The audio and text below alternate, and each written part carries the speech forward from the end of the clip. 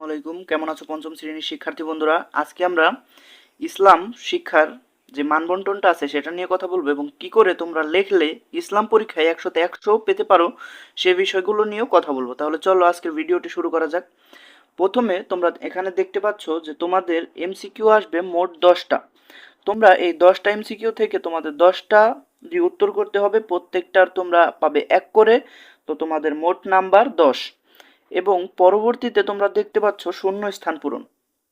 এই এমসিকিউটা কিভাবে তোমরা 10টা পারবে, তোমাদের যে অধ্যায়গুলো আছে পরীক্ষায় সেই অধ্যায়গুলো তোমরা খুব সুন্দর করে পড়বে।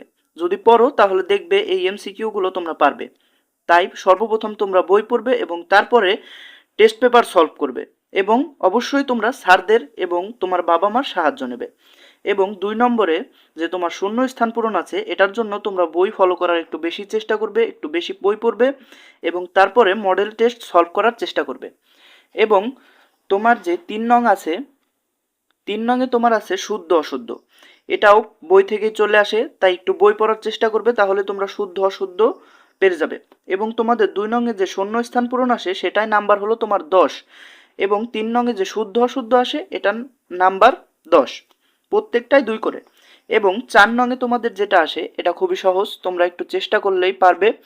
4 নংয়ে তোমাদের যেটা আসে সেটা হলো ডান বাম মিলকরণ, এটা সহজ, তোমরা যদি বই পড়ো বা তোমাদের যদি বেসিক নলেজ থাকে তাহলে তোমরা খুব সহজে এটা করতে পারবে। এবং এই যে তোমাদের 5 নং আছে, 5 নং তোমার হলো অল্প কথায় উত্তর, এখানে মোট নাম্বার 20, তাই এটা বেশি কথায় না লিখে তোমরা অল্প কথায় লিখে দেওয়ার চেষ্টা করবা। কমসে কম 2 থেকে 3 লাইন দেওয়ার চেষ্টা করবা এবং খুব সুন্দরভাবে গুছিয়ে লিখবা। হাতের লেখাটা ভালো হলে তোমরা ফুল মার্কস পাবা ইনশাল্লাহ। এবং তারপরে তোমাদের যে 6 নং আছে, 6 নংয়ে তোমার রচনামূলক, তুমি রচনামূলক একটু বিস্তারিত লেখার চেষ্টা করবা এবং রচনামূলকে তোমার এই ইসলামের ক্ষেত্রে চেষ্টা করবা যে 2-1টা আয়াত, তুমি যে প্রশ্নটা লিখছো সেই রিলেটেড 2-1টা আয়াত দেওয়ার চেষ্টা করবা। যেমন আমরা যদি দেখি এই যে 6 নাম্বার প্রশ্নটা আছে, চলো দেখি যে এখানে কি আয়াত ব্যবহার করা যায়। তো আমরা হজের যে প্রশ্নটা সেখানে দেখেছিলাম, দেখো এখানে একটা সুন্দর আয়াত ব্যবহার করেছে মহানবী মোহাম্মদ সাল্লাল্লাহু আলাইহি সাল্লাম, বলেন যে যে ব্যক্তি হজ করে সে যেন নবজাত শিশুর মতো নিষ্পাপ হয়ে যায়। তো তোমরাও যদি রচনামূলক প্রশ্নে এরকম আয়াত ব্যবহার করো তাহলে তোমরা ফুল মার্কস পাবে।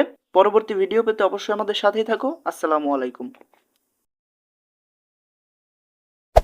Hey there. Subscribe to my channel. And also press this bell icon.